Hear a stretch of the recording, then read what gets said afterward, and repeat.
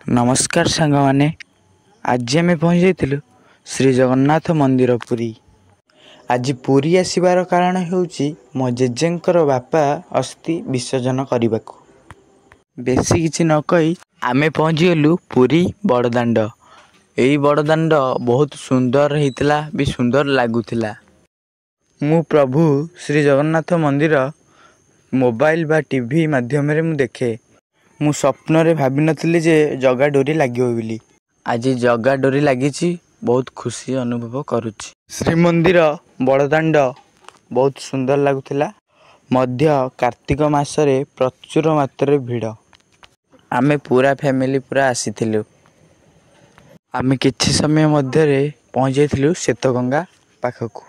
श्वेतगंगा पाखरे अस्थि विसर्जन बा पिंडदान दिया जाए। श्वेतगंगा नदी बहुत सुंदर लगुछि, व्यू देखंतु।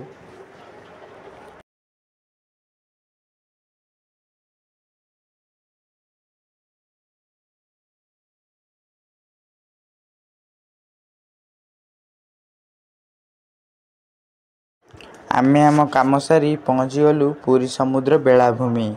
बेलाभूमि बहुत सुंदर लगुछि। जेहेतु प्रथम थर आईची बहुत खुशी अनुभव करुछि। समुद्र पूरा संपूर्ण व्यू आपण माने देखंतु। मु जानिनी जदि आपण माने पुरी आसीथिबे ताले लाइक करिवे। समुद्र पाखरु केमिति व्यू देखंतु, लहरी केमिति आउची। समुद्र देखी आउ रही पाइलिनी, बाहरी पइली स्नान करिबाकू। आमे पानी रे किछि मजा मस्ती करी स्नान सारी बाहरी पइलु जगह दर्शन करिबाकू। बाय सांग माने आमे रहउछु। जय जगन्नाथ।